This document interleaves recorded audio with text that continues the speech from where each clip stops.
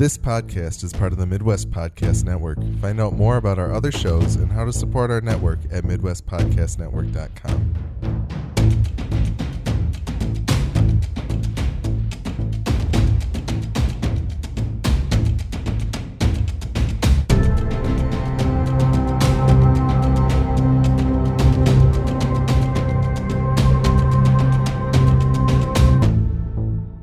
You're now tuned in to Westworld FM, a podcast about HBO's Westworld. My name is Alex. I'm John.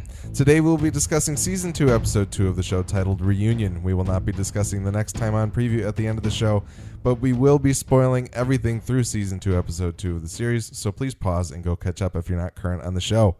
You can find more episodes of our podcast at westworld.fm, and we're also Westworld FM on Twitter. And you can send feedback to westworldfm@gmail.com to tell us what you think of our show and share your thoughts on HBO's Westworld. Send us corrections, observations, or anything regarding Westworld or our podcast. If you enjoy this show or any other show on the Midwest Podcast Network, please consider heading over to patreon.com/MidwestPodnet. That's MidwestPodnet to pledge as little as $1 a month to make our network even better. Special thanks to Jason K., who's pledged at the level of $10 a month. So Nick cannot be with us today. He is actually about to head out on his honeymoon on a plane in just a few short hours here. So congratulations to him on his recent nuptials. We will miss him, but he will hopefully be back. If not next week, then the week after that. If not, it'll be me again. Yes. And I don't think I'm suited for this, but that's okay. We're going to give it a shot. Yeah, we'll see how it goes. In the corrections department here, we did have one correction, or we've got a few corrections. One of them is a self-correction. One of them was from another podcast, and another one was from you, John. Yep. Ferris, who plays Mr. Costa in the first episode of this season, is actually the brother of video game developer Joseph Ferris, who made a game called The Way Out and Brothers: A Tale of Two Sons. Ferris is heavily featured in A Way Out as a voice actor, and his likeness is also used for one of the main characters, as you said. Yep. So, correction for me there. The other thing we did hear on our Discord channel, I think it was from Jason, he said that the floating dead host shown at the end of 201 is indeed Teddy, which he learned from another podcast. And then one final thing, Nick said last week he wasn't really certain if anybody who other than Charlotte Hale knows about the data collection scheme that's going on in Westworld. But I think after watching a video today, the video that you linked to us last year about how fantastic of an actor Anthony Hopkins is, we see that scene of him with Teresa Cullen in season 1, and he seems to know that she visited that exact restaurant and table in Westworld when she was a kid. Okay. So Ford must be aware of the fact that they were collecting all of this data on the guests that were in the park. So just to make that little connection there. We did get a nice email from Yoop. He sent a link to a video that I'm going to put in the show notes about how Christopher Nolan and Jonathan Nolan use surprise and twists and turns. I did not watch it because it's about The Prestige, and I have not watched The Prestige in a long time. So I'm going to do that soon, and then I will watch the video. But it is there on westworld.fm if anybody wants to go check it out. We did also get an email from a somewhat newer listener. His name's Matt, and he came to us in the off-season. But he wrote in to say, "Hey guys, just finished listening to your first cast of the season and enjoyed your recap and thoughts. One thing I can't stop thinking about Sunday's episode is the Maeve storyline. Her daughter is apparently still on the homestead she was on before the Man in Black came and did what he did. I figure this means that the daughter has a new family now, and what will Maeve think of that when she arrives? Is she willing to do what the Man in Black did and murder the homestead family just to take her daughter back? Will her daughter even remember her? I can see a very dark scene coming where Maeve finally arrives to get her daughter. I'm also intrigued to see how Stubbs got away from Ghost Nation and where the heck Elsie is. Looking forward to episode 2 of your future casts." Thank you, Matt. Thanks, Matt. Yeah, I don't really know how Maeve is going to react to the fact that her daughter has a new mother of some kind. I mean, I guess that's the thing that we don't really know is like... Well, because didn't they mention in the last episode about how it was like that memory was just injected into her? It wasn't actually one that she created. Well, no, like Sizemore talks about how it was made for her. Okay. Like, she's not, but he's coming from the standpoint of like, in human terms, she's not your daughter because you didn't give birth to her. We made her. Okay. That makes sense. And then Maeve comes back at him with like, well, what is real anymore now that I'm here and can murder you just as if I was a real human? Right. So it will. I'm certainly intrigued as to what that meeting is going to be like. We don't really know what the daughter's doing there. If she has a mother, did they stick her with a father this time? Like it could be any number of things. Right. Will Maeve like take her to the body shop like Dolores did in this episode and like show her, try to unlock her actual memory or something like that? We don't really know as of yet. So that will certainly be interesting. I too would like to know how Stubbs got away from Ghost Nation and where the heck Elsie is. But that's still yet to come. Yeah. But yeah, no, thank you, Matt, for checking us out in the off season, and thanks for writing in the current season. For sure. We appreciate it. All right. So let's get on with the episode recap. Our first scene here. This is the first Westworld episode with a cold open. There was the intro came after the first scene or two, actually. So we get Arnold bringing Dolores back online in a hotel room in the outside world, and it seems to be prior to the park actually opening because it's Arnold. John, you didn't realize this at first. No, because I clearly didn't pay enough attention in my viewing. Yeah, you didn't realize it was Ford in the reflection. Yeah, well, it hadn't dawned on me because I must have missed the dialogue exchange that they had as well because I have dogs that are obnoxious. They're very loud. But I had determined, regardless of that it was in fact Arnold, based off of the fact that I don't know why I just felt like it seemed very early on in the production. Yeah, well, Dolores is in like a very primitive stage. She Yes. seems to be. I don't know. I guess you can kind of read it as like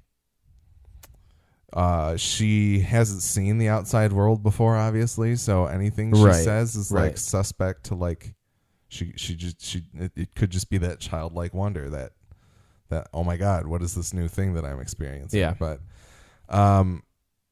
no, yeah, it's certainly pretty interesting that it's Arnold and not Dolores. However, I will say the fact that it's Arnold, we see Arnold here. I mentioned last week that the first scene of the season was in an ultra-wide format. Okay. That was not the case here. So they did something weird for the first episode. I don't know why yet. There's some speculation out there that the first scene of Dolores and Bernard or Arnold sitting down there talking in the basement like they did in the first season actually takes place in the future rather than in the past. Okay. But I don't know. The only thing that kind of tips the hand to that is that Arnold has a dream. The Arnold or Bernard, whoever it is, says that he had a dream about waking up on the shore, which we see Bernard do in that episode. And how would he have that dream if it hadn't already happened to him? Right. So I guess the kind of the idea is maybe Delos gets the revolution under control and then resets everyone completely, including Bernard, who would be none the wiser if he was, of course, completely reset and wiped somehow. His whole process is that he's to maintain the park. Yeah. So. He was made to be a worker alongside Ford. But yep. Anyway, more on that later. We still need another data point on that line to understand what the ultra widescreen actually meant. Cool that they brought back young Ford. Yes. And I heard that they actually had Anthony Hopkins record new lines for this and for the scene last week where he played young Ford. So awesome that he's still contributing even though he's not like a regular cast member. Continuity. Yes, that's very nice. Dolores has a line. She says, looks like the stars have been scattered across the ground. Have you ever seen anything so full of splendor? And Arnold replies, I have. It's better to see it through your eyes, though. You get used to it. After a while, it doesn't look like anything at all. I thought that was like a cool callback or maybe creation or just kind of a reference to the idea that the hosts look at something they can't understand and say, hey, this doesn't look like anything to me. Yeah, it's also it's I think as him being one of the creators of the AI and the hosts themselves, like having your creation, especially one that is sentient in a way, like be able to express itself is ultimately what you're looking for. Is you're looking for that AI to have emotion and be able to express it to you as an outside viewer. Yeah, no, that's fair. It just shows that he's reaching this goal, or like he's getting to the point where he needs it to be. But he mentions at one point that she's not ready yet. Yes, yeah. Her he mentions that her improvisation skills are not quite where they need to be. Yeah, but too canned of a response. Yeah, well, and I kind of think I'm wondering a little bit of that is how much is he aware that this Dolores is basically gonna go out there and have to like bang some dude that they're trying to lure into investing in the park, right? As opposed to, does he actually think she's not ready to even go out and engage in something, or is he just trying to keep her there for himself because it's his own pet project? Yeah, he sees her as his child essentially. So in the next scene, Arnold takes Dolores to go check out his future home, a home that's being built in the city that they're at. There's some real speculation here about the city. I did go on the Reddit in the quick questions thread on the subreddit for Westworld to try and see if anybody recognized any landmarks. And apparently the buildings there's at least 2 buildings that are very, like, it's definitely LA. Okay. But that doesn't necessarily jive with the fact that Arnold says that he's moving his family there to be closer to the park. Because if the park is in China, like we potentially thought last week, then moving anywhere in the United States to LA is only going to shave a little bit of time off of that flight. Or maybe it's a dystopian future where China's taken over the United States. Well, that's entirely possible too. Yeah, that's true. Because it looks very Grand Canyon-ish out there, like in the whole in the Westworld park. Yeah. Well, yeah, that could be by design though. I guess we don't know. But yeah, no, the Chinese owned future is very. It's just like LA is an area of the world where you can go 30 minutes north and you're in the mountains and there's snow, or you can go 30 minutes south and you're in the desert or on the ocean. Yeah, so like one of the hottest parts of the earth. So you can literally, like, you have multiple climates within like an hour's span time from where it's centrally located. So it seems like it could be a viable area for them to create a theme park of this sort that would have different scenarios throughout. Yeah, that's true. That's true. I guess that's the thing. We don't know with the other parks if they're like, this one's Snowland. Right. And how would they do that? Well, maybe Shogun Land like takes place in like the Japanese Fuji Mountains, like whatever. I don't know the mountain range in Japan. You would know that. Well, I don't know if there's really Mount Fuji. Range, but yeah, Mount Fuji. No, that's entirely possible. Just makes me think of the League of Shadows, like when Bruce Wayne was up in like the mountains. Fighting Liam Neeson. Absolutely. No. Yeah, that's interesting. I don't know. Well, I guess we'll have to see. Speculating. Yes, more speculation. So Arnold shows his future home to Dolores. It actually looks a lot like a Frank Lloyd Wright house, like the Ennis house. Yeah, it's very interesting. Which was used in season 2 of Buffy as Angel's house, and it's also Deckard's apartment in Blade Runner. It inspired Deckard's apartment. So cool to see a little more connective tissue there. Arnold mentions that this is for my son, Charlie, when he goes to show her like the balcony that they overlook on. Yeah. And I was talking with some people at work today, and I was like, oh, that must mean Charlie's alive. And then they're kind of like, well, what do we actually know about Arnold? Like, we know that Bernard was given this memory of his child dying. Right. As like his touchstone, his cornerstone, his touchstone memory or whatever by Ford. But do we know that Arnold's child actually died? It's just kind of something that Ford, I think he alludes to it with Bernard very early on in season 1, but I don't think we actually know anything for sure about there's no fact what happened to Arnold's family. They could be fine. We don't know. maybe Ford gave Bernard that memory of his son dying to keep him from contacting the family. That's a pretty good point. Yeah. To like build a wall, like so he has no reason to like reach out. The only or like problem find... with that though is that when we see Arnold or Bernard's, God damn it, when we see Bernard's reality start to crumble at the end of season 1, there's a shot where Bernard's sitting down to talk to his wife by a video thing, and it flashes to Ford for a second as if he's acting as Bernard's wife. I totally missed that too, I man. mean, it was a long time ago. You might have not. You might have seen it and it's left you. But so it may he shouldn't have to do that kind of thing. But that's not a bad thought. Right. What if he dialed up the phone number or something like that? Right. Like if somehow he was able to recall this memory of a phone number, because if he's based off of Arnold's consciousness, then he would have these sorts of memories embedded in him. So yeah, that's possible. Or maybe that's like where the DNA collection comes from, is they're actually using the DNA to create likenesses of people based on actual genetic code. And in doing so, the recent development in science where DNA carries memories of trauma and other things is something that is implemented in as well into the hosts. Yeah. No, I don't know. I'm just throwing things out there. Yeah. I'm trying to sound smart on your fancy Westworld You're podcast. You're sounding just fine. Don't worry about it. So in this scene where Dolores is once again looking at the city, Arnold mentions that Charlie is a lot like Dolores and Dolores is a lot like Charlie. He mentions that so many people have stopped seeing the beauty of the world altogether. And Dolores says maybe they just don't have the courage. Strange new light can be just as frightening as the dark. And Arnold remarks, God damn it. But sometimes I think we're simply not the ones that deserve it. So we see that seed of like he thinks the hosts are the one that deserve the world, essentially. Because they're probably programmed as inherently good or good-natured and unable to harm humans. And so they don't have the freedom necessarily of choice to like harm other things and beings and creatures that...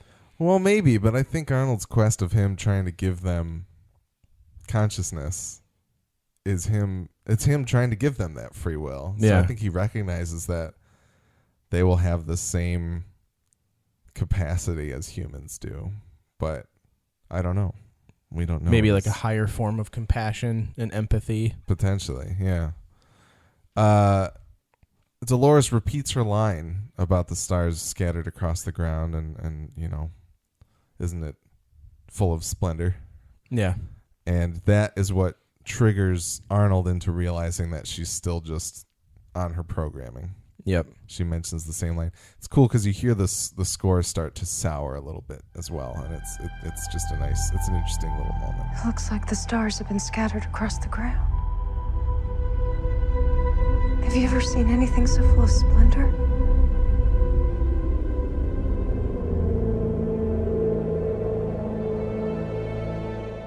Then we get the opening. The new intro is still very good. The next scene that we see, we get Teddy, Dolores, and Angela invading what is a, quote, remote refurbishment outpost. One of the board members stumbles in. He's like, don't you guys know? Everybody's fucking dead out there, bro.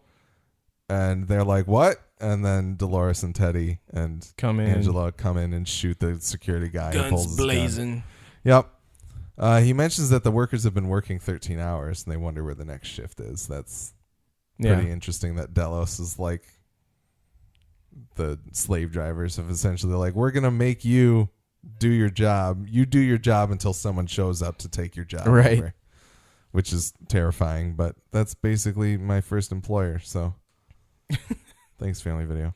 But yeah, no. So a lot of people online seem confused about the fact that these guys could be completely unaware of what's going on, but the doors do very neatly say it's a remote refurbishment outpost, so I think they're not meant to be completely in the know. They probably just thought the communications were down and they would come back up at some point. Right. But, yeah. Not a whole lot else here. Dolores kind of talks to the board member and she has this great little monologue here. She says, "They thought you could do what you wanted to do, or no. They thought you could do what you wanted to do to us because there's no one who could judge you. Well, now no one is here to judge what we will do to you." And I thought that was a pretty good line. Yeah. Just it makes sense. It's their retribution. Flipping the script. Comeuppance. Yeah, exactly. And then we get a little bit of the time slippage as she touches the dude's tears or sweat or whatever it is. And we see her back at Arnold's house doing the same thing, which I thought was interesting. Yeah. But then we flash back. We see Logan meeting his first hosts with a demonstration of Westworld in the real world.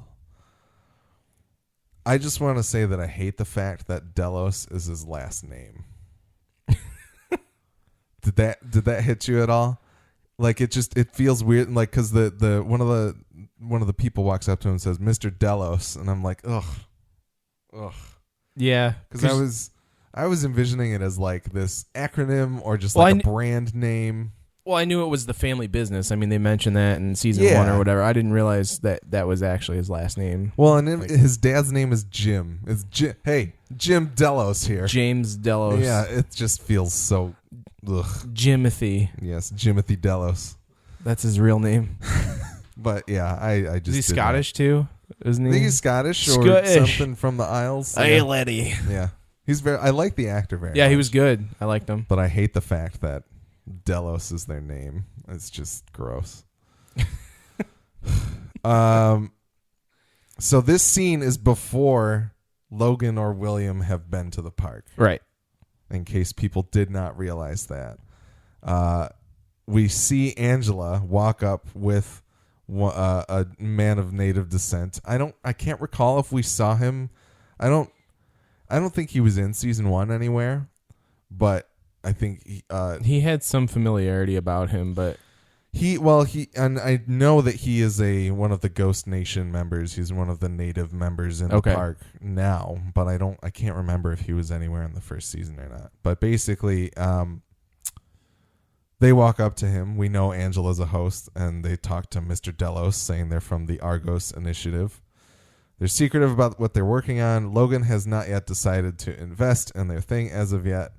And he says that everyone's trying to get his money. And he's like, AI, AR, VR.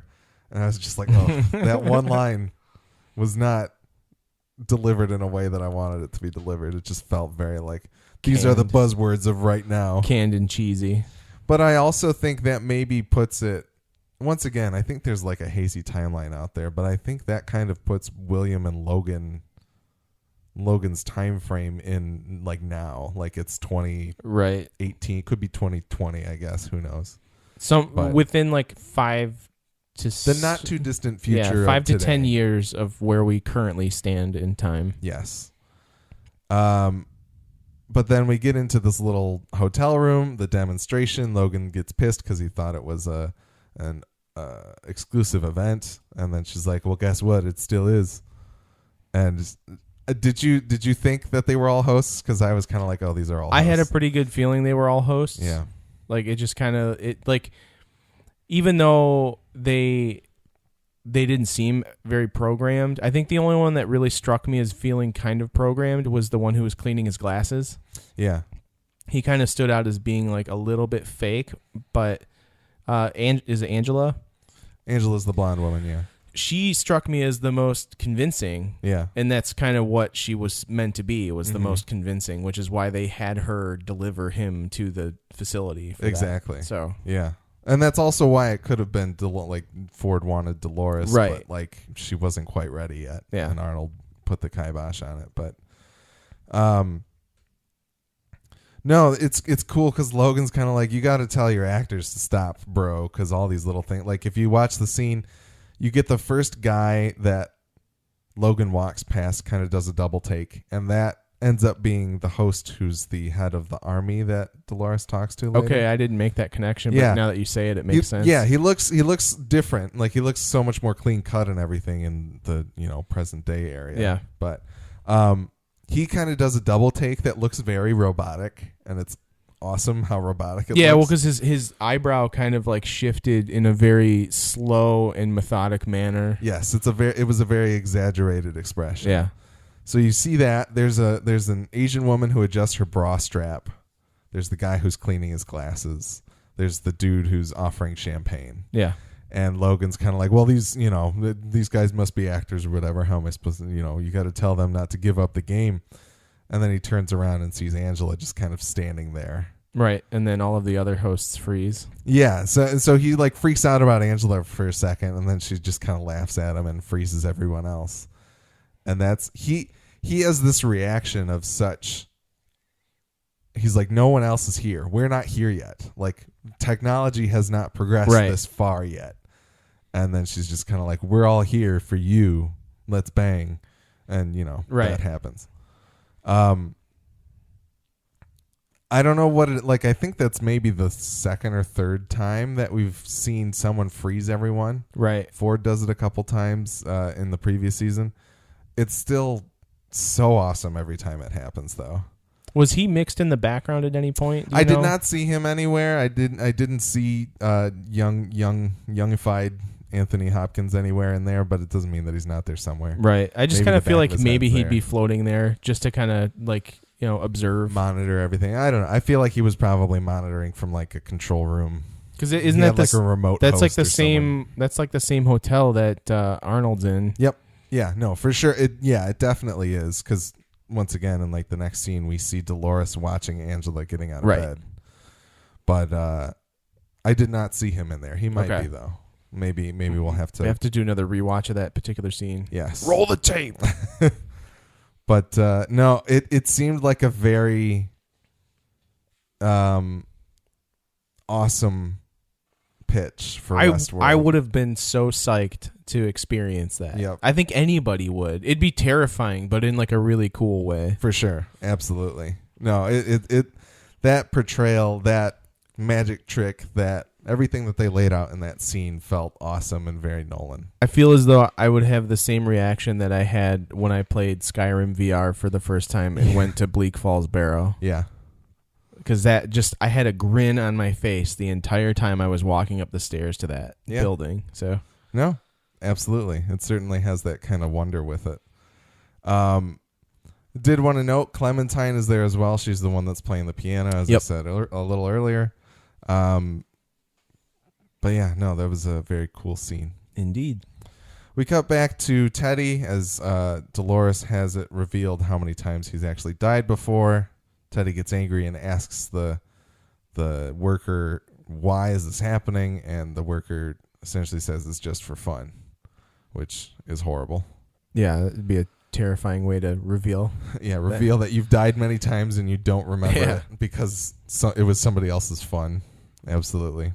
And then he had that one, like the one picture of him with like his face like mauled by like an animal. Yeah, he got like swiped by a bear or something like that. Man. Yeah. No, that would be really weird just to see yourself. To see yourself there like destroyed, dead. Yeah.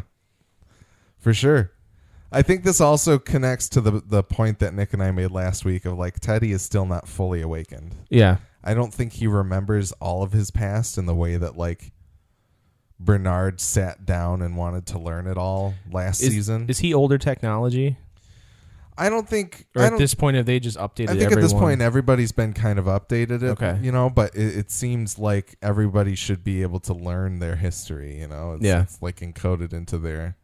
The whole idea of season 1 was that these memories are all there until they get overwritten by something else, much like, when you delete stuff on a normal hard drive, it's there until it gets covered up by other ones and zeros unless you do something with it. So there's at least some amount of history that Teddy can access, but I don't think he's accessed it yet. Yeah. So that's interesting. Not fully anyway. Next scene, we get old man William recollecting Lawrence after a deadly struggle with the Pardue brothers. Once again, I don't know if we've mentioned this, but anything that hasn't been in the real world that we've talked about so far, I think is happening hours or a day after Ford died. So we're still at the earlier end of the 2 weeks that they kind of outlined in the first episode. 11 days or whatever. Yeah, something like that. So this episode doesn't have anything after the point of Bernard saying that he killed all of the hosts in the premiere.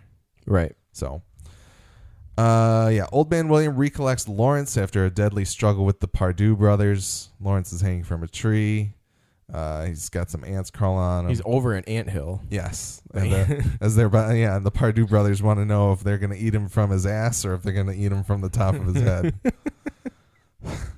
Stupid Western hicks that are just kind of like stupid. They got their own little wagers that they make. But one of the great things about this, so the Man in Black mentions, he's like, you're supposed to be able to get away from this yourself, Lawrence. Like, I guess it's hard mode for everybody now, is basically what he says. Right. Once again, the Man in Black is certainly the like most video game. Oh, for sure. Video game analogy that you can make here. In the next scene, he mentions that he's cheating when he grabs the healing device, which is fantastic. But I want to talk about that. We'll get to that in a second. But when the Man in Black shoots all the guys, Lawrence says "motherfucker" as he has at least 2 or 3 times before in season 1. After the Man in Black kills everyone around him, which is also great. He's always got that same reaction. And I wonder if Ford programmed that into him every time William just starts blowing shit up. He's just like, motherfucker. Yeah. Just to make William feel like a badass, you know? Keep him going, you know? Keep him in the park. But Lawrence, so one of the hosts gets back up because he didn't die completely, and the Man in Black struggles for a bit. Lawrence throws his gun over to him, and the enjoyment that Ed Harris has when he's like tussling on the ground, like the laugh that he has after the dude gets shot, is so. It was good. It's so genuine and beautiful. It's just so funny how much he's having the time of his fucking life now. Yep. Like, it is exactly everything that he wanted it to be. Like, I'm tearing up right now about how much fun Ed Harris was having. It's so good. It was a very genuinely acted moment. Like, Ed Harris is having the time of his life, not just the Man in Black, but Ed Harris is thoroughly enjoying this role. He's like, I can't believe I'm rolling around on the ground with people when I'm 70 years old, or however old he actually is. Exactly. It's just really good. Blows the dude's brains out. Yep. It was good. It was a good moment. It was very good. Maniacally laughs. It's the first time we get back to that like smile that he had at the end of season 1. Yep. So as I said, the next scene, Old Man William heals up with a cheat code as he enlightens Lawrence to his existence and the park's true purpose. I brought up in our Discord chat a theory of mine that he has bionic like cyborg parts. Yeah. And I think that's part of it. I think that arm has been replaced. Well, I don't think it's those so healing much. things. I mean, I know it's the future and like technology is, evolved and expanded and become more amazing, but that's the same healing tool they use on the hosts, which I don't know if the hosts are that organic that they actually have literal flesh. Yeah, tissue. Like tissue that's built from, I mean, could be if it's built from human DNA and, whatever, but that's what makes me believe like he has, that's not, you would be writhing in pain over getting shot in the arm. And he doesn't do, he's just like, man, he kind of shrugs it off, flicks the bullet out, and then rubs that thing on to like heal it. So, well, I mean, judging by the laugh that he had, he's such a sadistic dude. Maybe he likes the pain. I don't know. But I honestly think his arm, because it was messed up at the end of season 1, and you guys mentioned that it wasn't so messed up until it got shot again last episode. Was it even the same arm? I think it was his left arm that got hit last time, and then it was his right arm this time. But regardless, yes. I think he has bionic arms. I don't subscribe to that theory. I think he opened a loot box and they gave him bionic arms as like he found the secret cache. Yeah. No, he unlocked it. He put in his DLC code and they gave him bionic arms. He made his in-app payments. Yep. He got his microtransaction. No, I think it's very much. How expensive are the Westworld microtransactions? Well, I think the cost for like a 4-day trip was like $40,000 or something on the website last year. And then you have to pay for silver so that you can use your silver dust. We're not talking about Destiny on this podcast. I'm sorry. I'll reiterate what I said. I think the Delos Corporation. We know last year that there's a random guest that walks up to William, the Man in Black, and is like, "You saved my sister's life," and you shut the fuck up. This is my vacation. I'm gonna go do what I want to do. Don't ruin this for me. Yeah. But the dude is like so happy because his company Delos helped his sister in some way. Right. It seems like they're very medically active. They're very aware of medical technology and stuff like that. I think the hosts are that developed. We see that when Bernard has to touch the door in the season premiere. Right, and he gets the DNA. The DNA sniffer. DNA. He has DNA. Well, again, that's what I'm saying is like, let's expand on this idea of the host being built out of the DNA of these people. For sure. No, they like... But maybe they're trying to figure out a way to transfer these consciousness over to hosts so that people no longer die. That's absolutely true, and it's going to come up in a scene later. Okay. That is. I think that is... Obviously, again, as I stated in our cold open that Alex is replacing, but I have the comprehension and retention of a cinder block. We'll get there. So. You might not have realized that that's what the scene's about. Okay. But there's a scene later on that is about that. All right, keep going. Yeah, the Man in Black pulls the bullet out of his arm. He's got a nice little speech here. That's why your world exists.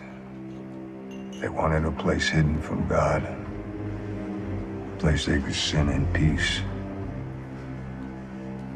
But we were watching them. We were tallying up all their sins. All their choices. Of course, judgment wasn't the point. We had something else in mind entirely. This is alluding to the true nature of the park. Right. That will come to a little bit later. We still don't quite understand exactly what it is. It's referencing the lab that Charlotte Hale and Bernard were in. The DNA collection. Yeah, the DNA collection, the guest logging, the logging of guests' experiences. The thing I mentioned about Teresa Cullen that Ford used. All of that stuff is all wrapped up in that statement there. And then Lawrence points the way to continue the game for the Man in Black. So, Teddy and Dolores, in the next scene, Teddy and Dolores revive a Confederado in hopes of using him to draft an army. Pretty straightforward here. The security dude, they're interrogating him by dunking him in the white stuff. It's burns. Burning him for some reason. I don't know if it's just hot or if it's like... acidic of some sort? Acidic or like decomposing. Like if it's like... fundamental building block goo of humans that can like transform and morph your skin or whatever it is. Like I assume it's something of what the hosts are made out of. That guy's going to turn into Nemesis from Resident Evil in a couple episodes. It's entirely possible, yeah. So he's going to grow a tentacle arm and like have a giant trench coat and machine gun. That could absolutely happen at this point. But he says Dolores is interrogating him to know how many people will come for them. And he's like, I don't know, maybe 600 or 800.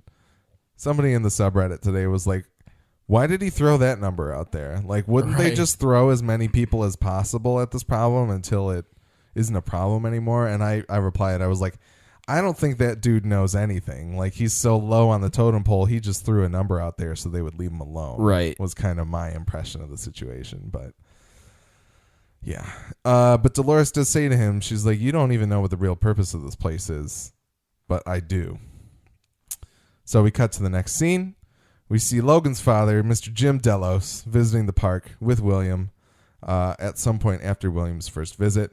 William convinces Jim to up his investment in the park with a nice little speech about, people not knowing what they want, but here they can study them. They can see people for who they really are, and potentially... It's Facebook.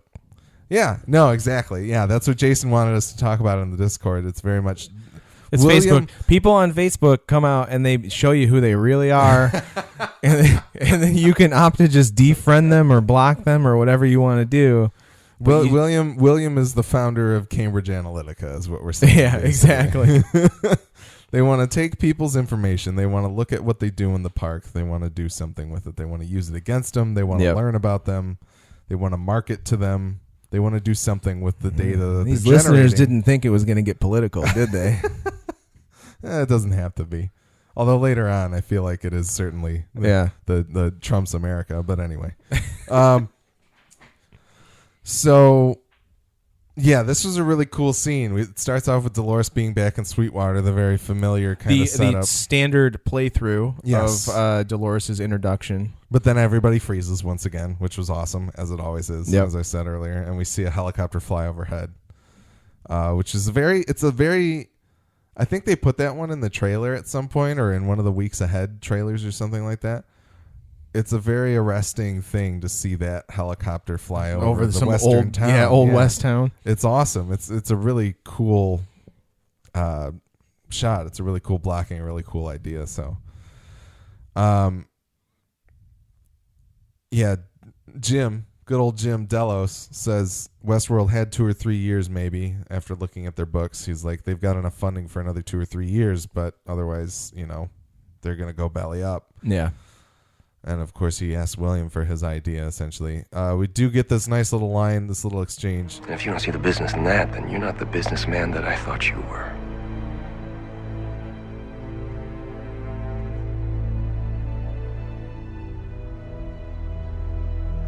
You're a cheeky little cunt, aren't you? There's not a man alive would talk to me like that. Not anymore.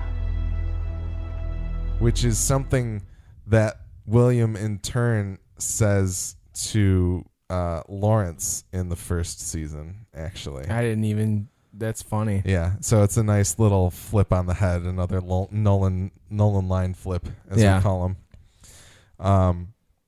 But that was very cool. But the important thing about all of this is that Dolores was there, and although her motor functions were all frozen, she apparently understood and heard all of that. Right. So that's kind of the main thrust of that scene. Any other thoughts on that one? Did you like that one? It was a good scene. Yeah. Did you really touch on what he was saying prior to that delivery, the line delivery about if you don't see the business in that? Well, kind of the main thing, like William starts trying to come at it from. It's really strange. It's more than just a theme park. Well, but he yada yada. So he starts off with like this is the future, and Jim's just like, I don't care about the future. I care about now. Right. What can I do with this now? I don't want to underwrite some financial banker's journey, self-reflective journey, or whatever he says to that nature. And so that's when William kind of pulls it all off. He's like, people come here, we see who they really are, right, and we can do something with that. Is essentially all he says in this actual scene. Yeah, and then he delivers that line, and then they go and talk about it more. But yeah, so the next scene we go back to, I guess it's the second night after or the first night.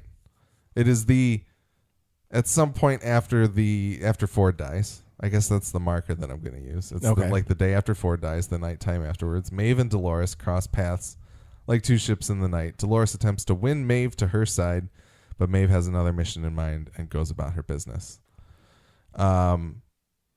Maeve's there. She's got Hector and Sizemore. Sizemore's all dressed up. Yeah. He's got a donkey. He's just like parading the donkey around. He looks so stupid, and it's hilarious.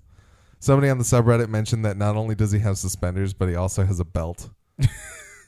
So it's like the dude can't even trust his pants to stay up. How can you trust him? But no, it was good to see Sizemore doesn't even get a line in this episode. Yeah. It's beautiful. But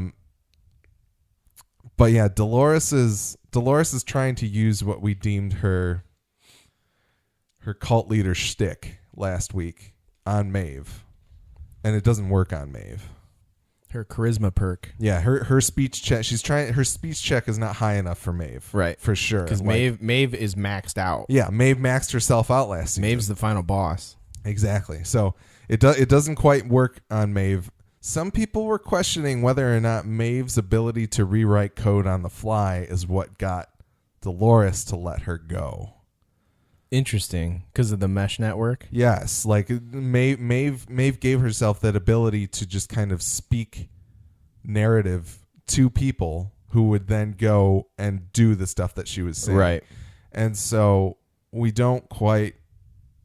I wasn't given that impression upon first watch, and part of me wanted to think that like once Ford was like, hey, Dolores, kill me and you'll be conscious, he probably was like, I'm going to max you out, like put you up to where Maeve is at. Right. Do whatever I got to do to like let you survive and take over the world, essentially, was kind of my impression. But I guess we don't really know like where she's at with all of that. Yeah.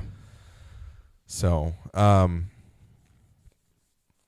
which kind of brings me to the point of like, it's weird to me that Dolores isn't like, or I guess we're not seeing her doing what Maeve did of like, we need to find the behavior people, max out our personalities. Yeah. You know, get all 10s like you do in The Sims, like I used to do in The Sims when I'd make them, like I think I told the story before, but there's a potion that you can make in The Sims that would give you full personality, which would give you like full charisma and intelligence and everything like that.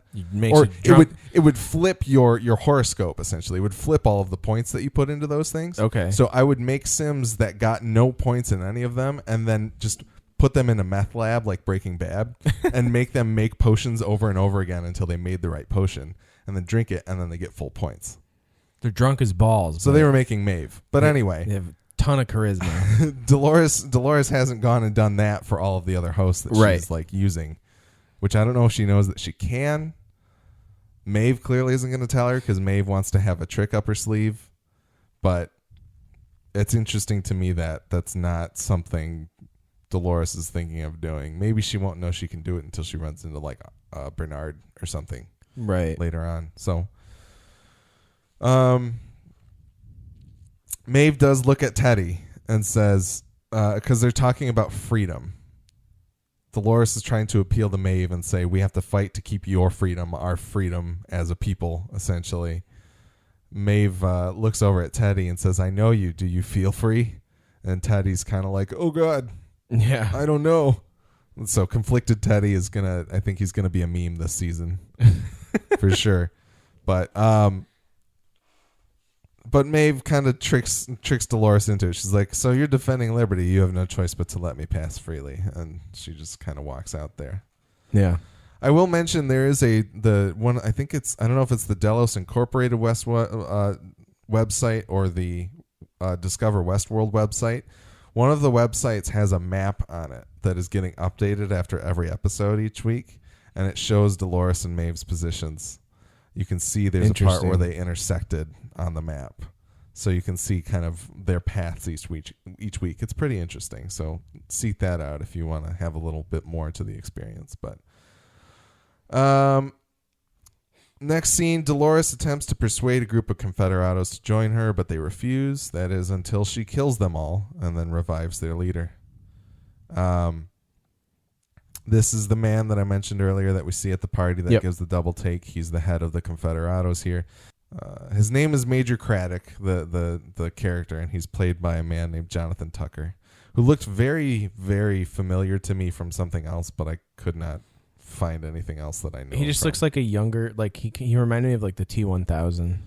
Yeah, he's got a Robert Patrick look to him for sure.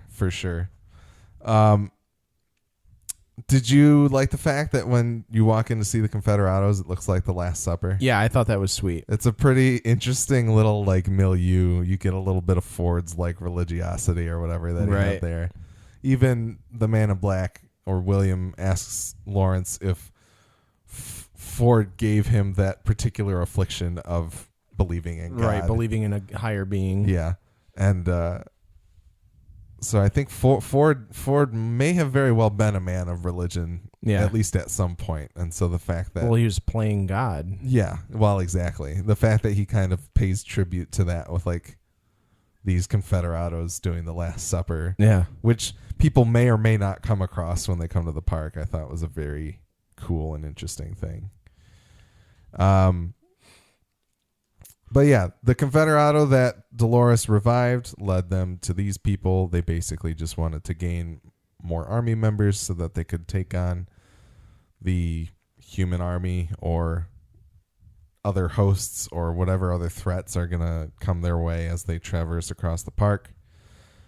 But Dolores, the dude isn't going to join her. Then Dolores and Teddy and Angela all kill everybody. And then Dolores has the tech that's with them revive the main guy, and she's like, "You're right. We have toiled in God's service long enough, so I killed him. And if you want to get glory, you won't be looking for his favor. You'll need mine." So Dolores says she killed God. Yes. Who is Ford. Yeah. Right. Or her creators, and Yeah. Arnold as well. This is the first scene where we get mention of glory, which is being used in the same way that the Valley Beyond has been used earlier in this episode and in last week's episode. Special guest next episode, Denzel Washington. Good Civil War. Yeah. Nice deep cut there for that 1990s movie hit. It's a great movie, though. I do like it a lot. He won an award for that. Yeah. He got some glory for it. Yep. Indeed, he did. Yeah. Teddy draws the conclusion later of like, what does this glory or the Valley Beyond actually mean? Right. And Dolores kind of hints at it, but I guess we'll get to that in a couple scenes here. But any other thoughts on that one? No, I'm having a hard time recalling any other small tidbits that happened within that scene. I think that was pretty straightforward, though. Yeah, I don't think there's a whole lot to it. I will say, this isn't my place. It feels a little weird to me that the tech that they enslave is a black dude. Yeah, I guess, but I don't think it's viewed that way necessarily. It just feels a little weird to me, but as a white guy, I probably shouldn't even try to comment on it. So if there are any people of color listening that have any thoughts on that, please write in, because I'd be very interested to hear about it. It just feels strange, but it's not my place to get offended about it or anything, so I'm not going to. I don't think it's viewed that way necessarily. I don't think they intended it that way. I don't view him as being enslaved as much as he's a hostage, more so. He's a victim. Well, but some people, I don't know. We're not going to relitigate slavery in this. Yeah, in no, this podcast but he's like, guys. I see him more as a hostage in the hostage situation, where like he doesn't really have a choice than to obey for the sake of his own living. I don't think Jonathan Nolan and Lisa Joy meant to portray it that way. I don't think so either. But I think it could be taken that way. It could be misconstrued, yeah. So if anybody's out there would like to write in and talk about that, that would be interesting to hear. All right, next scene, we do get another flashback here. Young William throws a party for Jim Delos' retirement. An illness may have been behind the unwanted retirement, but the two have a conversation seemingly about transferring Jim into a host's body to continue his reign. William asks for patience, and meanwhile, Dolores runs into Logan on the beach as he takes some kind of drugs. So, as you were saying earlier, the idea of the singularity, taking humans and putting them into... Yep, okay, I remember that now. Yeah, like the interesting thing is here that it's... I think this is obviously taken to be after they've reinvested in the park. Arnold must be dead at this point. So, Ford is either in the process of or is being tasked with taking someone's consciousness and putting it into a host. And that could very well be Bernard. Right. Like he's either done it with Bernard or he's going to do it with Bernard at this point. I bet Bernard was the test. That's entirely possible, yeah. Like that certainly could be. To see if he could even do it and then to be able to somehow control it, which is why he instills acts as his Bernard's wife or Arnold's wife in the video conferencing. Like, yeah, he's still putting like these protections around. Like, yeah, he's still kind of. He builds Bernard and does it. I mean, he explains it pretty well at the end of the first season. Yeah. But I'm wondering if there's a little more context to it of like it's a Delos requested project or something like that. Right, to be able to do it. So it's a very, I don't know, like people may not have picked up on it necessarily because I didn't actually pick up on it until my second watch. But the conversation that they have, Jim says, "This is a retirement party. I couldn't tell. It looks more like a coronation, but no mind." And then William says, "Our arrangement has been a perfect fit, but you stepping down doesn't help me at all." So I think, and that's when we get Jim starting to cough. He says, "Nor me. I was told I might not have to." And it sounds to me like there might be some board politics that pushed him out because of his illness. Right. but also there are other people on the board that like him and are like, we might be able to put you in one of the host bodies. Yeah. Or something of that nature. And it sounds like William has maybe been like, there's a real animosity that I detect between the two of them. I guess animosity might be more. Maybe that's why they need to get Abernathy out, is because that's Jim. I saw something like that on the internet. There are people that we have to get this one out because he is literally the only reason this park exists. Well, and the data that, like, Charlotte's mission might be that. Like, yeah. She needs to get Abernathy out because the board is like, you need to get Jim Delos out of there so we can put him into someone, right. essentially. And which would explain why he was playing father figure to Dolores on the farm, like, you know what I mean, like, well, living and that's a different. Yeah. Well, somebody made the connection that it is the photo of Logan's sister, his daughter, Jim's daughter, that triggers sparked him. Yeah. So there could be something there, which would be, but the thing that makes me very weary of that is, like, why would they hide him in a host that's already just, like, out there doing stuff, you know? Why wouldn't they make him a host that either looks exactly like him or, you know, it just seems a little strange to me that maybe he wanted to hide, like he didn't want to be obvious, you know?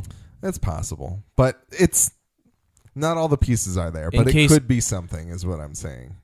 I would be interested in knowing how, like, if William if William knows that Abernathy would be Jim, yeah, or, well, like, I guess, how that, like, what is the relationship between the two of them, Abernathy and William?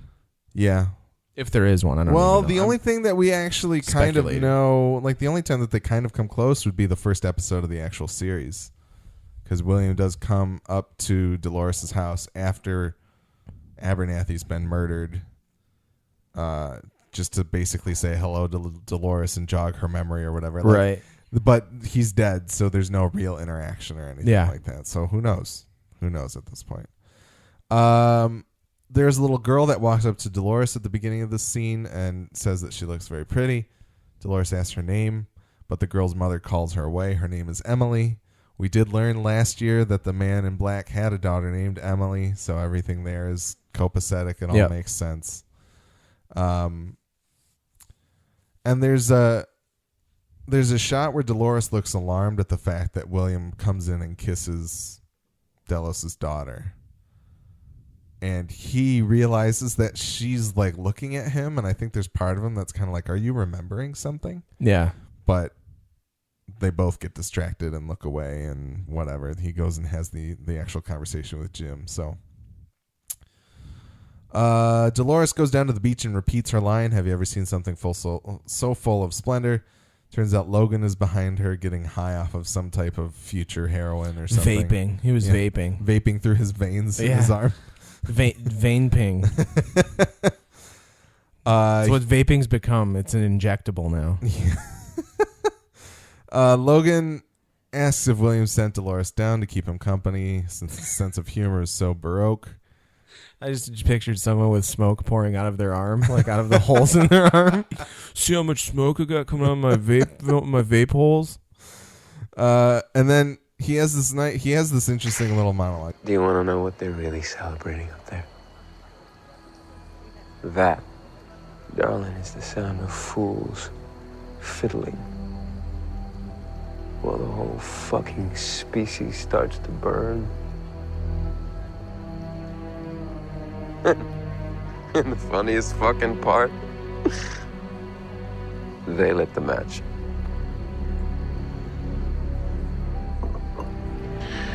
So here's to you, assholes. May your forever be blissfully short. Logan seems aware of the fact that, like, they're doing shady, terrible things with, like, making people live immortal lives. Right. But he's also being cast aside as, like, this drug addict. He is a drug addict, obviously, of some kind. Or he's just doing drugs. Who knows? But he's got this tragic, like, William relegated him to this non-existent, unimportant role. Right. His father sees him as a fuck up, which he says in the earlier scene. it's just kind of this tragic arc for us to see Logan on. Yeah, I'm curious to see where his character goes. How much further down in the downward spiral he heads. Yeah, I mean, we theorized last year of like, we were kind of wondering who could come back as Logan. Like who could be old Logan in the park for the board meeting. Yeah. But part of me kind of thinks that he doesn't make it to the future. I think he overdoses or something. He probably dies before. Maybe he's been injected into a host as well. That's also entirely. He's Maeve. Logan's Maeve. You heard it here. But yeah, I think that's pretty much it for that that scene. There's a comment that Mr. Delos has about he doesn't want to hear any Chopin from Dolores. The subtitle said she was playing Gershwin. I didn't look up much about the songs, but I'm sure they're painfully relevant. There's probably some tie, as they always are in Nolan properties. So we got 3 more scenes here. Old Man William and Lawrence get ambushed in Pariah by a new El Lazo, played by the wonderful Giancarlo Esposito from Breaking Bad fame. Gustavo. Yes, so good. So glad to see him here. So sad if this is the only scene. I know. I hope he shows up in like the past. It would be such a waste to have him just do that little part. But William attempts to persuade them to join him, but Ford left him a message in El Lazo. He says, "You have to go it alone." And then all of the hosts kill themselves. This was like the most bone-chillingly awesome. It was part good. Of the episode. It was really good. Just the idea that Ford knew exactly what William might do and try to like rally a bunch of people to his side to help him with his quest, and he's like, "Nope, you can't have it. This is made for you and you alone." Yep. But how is Lawrence still there? I mean, is Lawrence just kind of like? Well, I think Lawrence is meant to be there. He's the one that is actually like Ford is like, you can have this guy. He's not going to be very helpful to you because he's never been very helpful, really. Maybe he's Logan. He could be Logan. Who knows? But no, Logan is Maeve. No, yeah, Logan is definitely Maeve. But that whole sequence, the Man in Black's "fuck you, Robert" is just it's once again it's weird. He's getting just these beautiful comedic and also like full of emotion moments that are just out of this world. Once again, only Ed Harris and Anthony Hopkins are the only 2 people that would be able to pull off these types of things, I think, on the show. Not to discount any of the other fantastic actors, because Tandy Newton, Evan Rachel Wood, everybody is fantastic, but Ed Harris and Anthony Hopkins are just on another level. Yep. It's so fantastic. El Lazo's got a little story about how his parents took him to the circus. He says, he says, "Before the revolution, when I was just a little boy, my parents took me to the circus. I wanted to see the elephants, these mighty creatures. They held them in place with a stake. They could tear a tree right out of the ground, and yet a simple stake kept them in place. I didn't understand. And then my father told me the stakes were used when the elephants were just young, too small to pull them up, and that the animals never try to pull them up again. I won't be going with you. My labors are done. I have seen all the truth that I can bear, but we can drink to the bitter end." I felt like it was on the nose. Like it's a little bit much of like, okay, the hosts are the elephants. The humans are the ones that put shackles around them that they can clearly shake off. Right. But they've been conditioned not to. Yeah, exactly. Like that all felt very, very, not, I don't want to say obvious, but it just felt on the nose. It felt like they were like really drilling that home. But I think Giancarlo Esposito's performance and just kind of the general allegory of it all works for me. I'm like that. It's a very illustrative point, and it's in dialogue that is being performed very well. So I was like, I can't be too critical of the moment. Yeah, right. I still enjoyed it, but it rung a little bit hollow to me. Yeah, but I did. It was good. And yeah, man, that "fuck you, Robert" is so good. I should just cut that out and put it at the end of the episode. I should put it on a soundboard. Fuck you, Robert. Oh man. I want to know what their relationship was outside of the park. Like if William and Robert had a more elaborate relationship, and like maybe William had played some role in like developing the park more than just a financial role. Yeah, I mean, there is a little bit more of that in season 1. Like there is one actual there's 2 scenes of them actually talking together. Yeah, I mean, I know they sit down and they talk, and they sit down in the bar too. But it would be really nice to really know how closely they worked together and what it really meant. We get a little bit of context clues. That same scene with Sheila Cullen that I talked about earlier in that park, Ford kind of derides the money men that got brought into the park, and I think he has some contempt for William. Yeah. Like, I think he realizes that William was there taking his creation to a new level that he didn't necessarily appreciate. But what? I'm thinking of the map and the maze. Yeah. And the maze being on the scalp. Yeah. Maybe the prize is that William gets put into a host.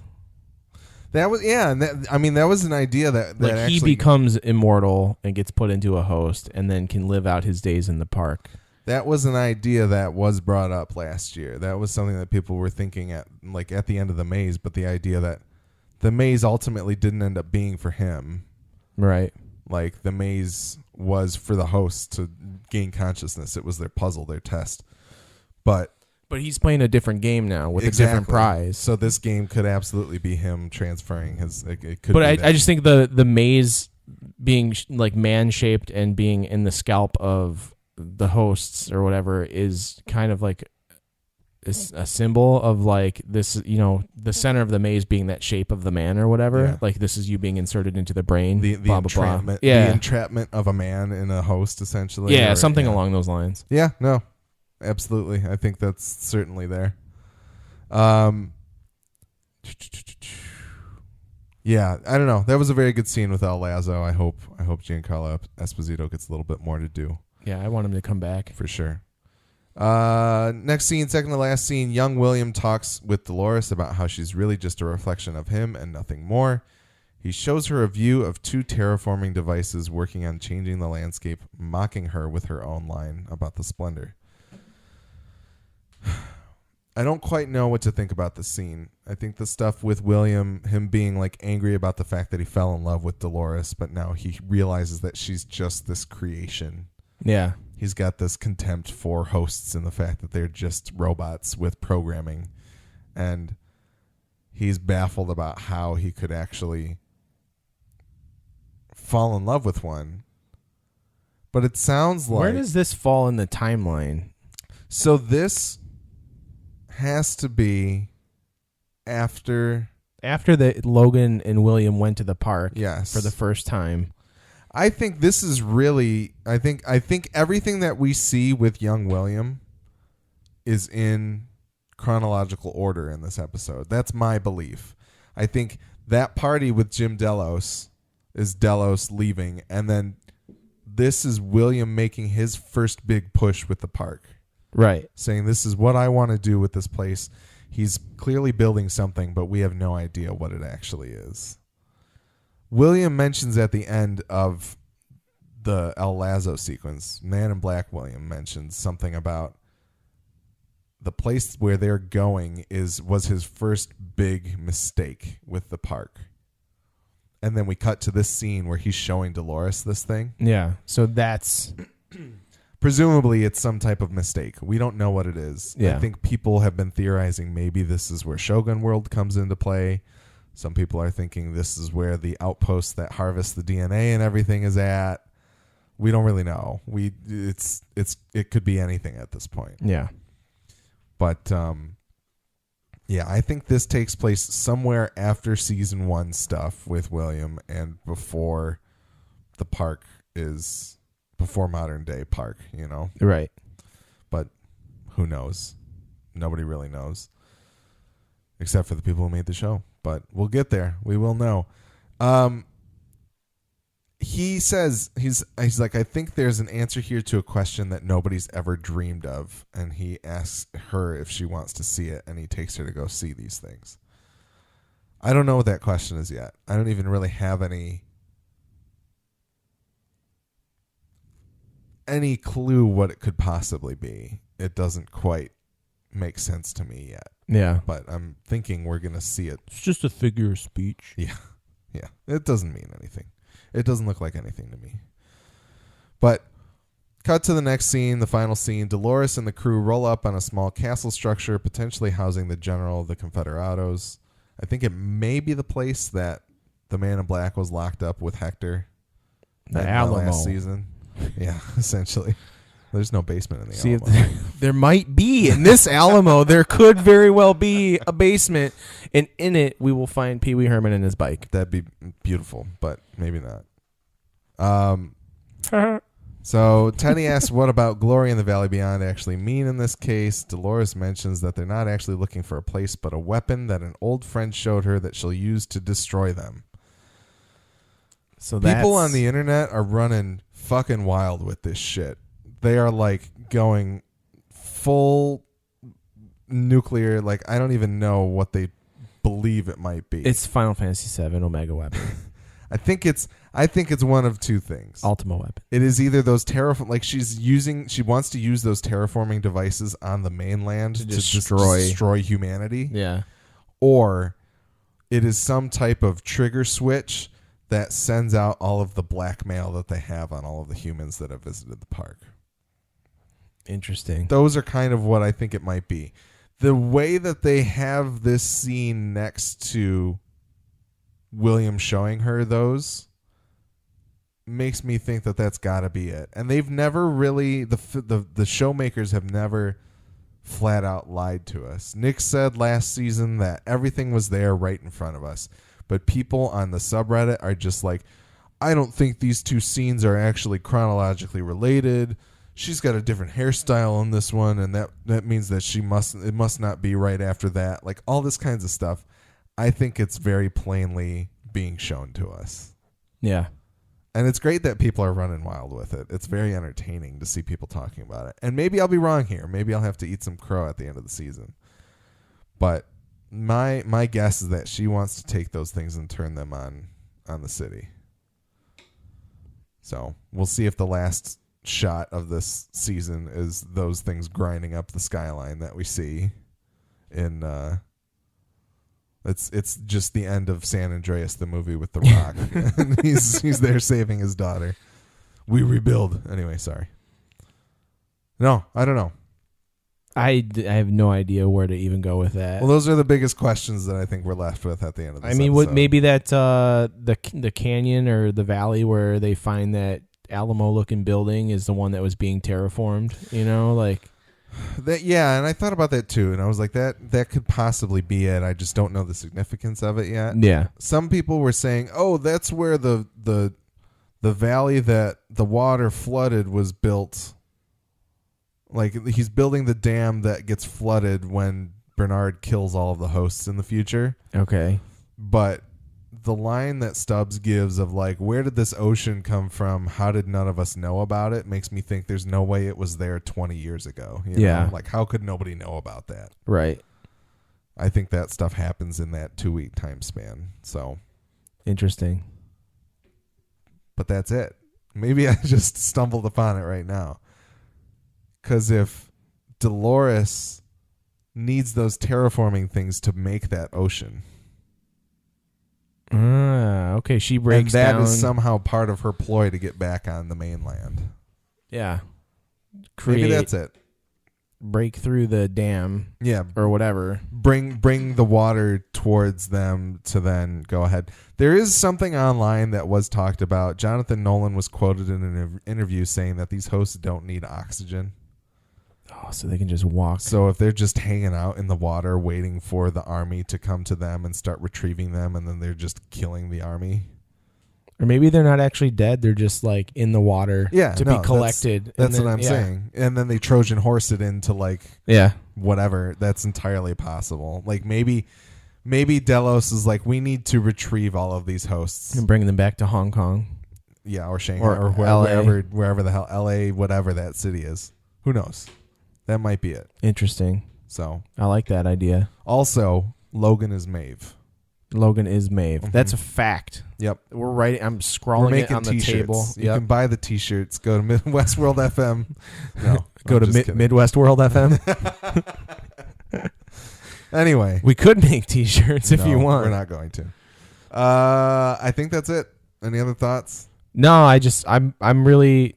Has there been any statement about how many seasons this show is going to end up being? The first things that we saw, the first things that I heard about it was that Nolan and Joy had a 5 to 6 season plan for the show. Okay.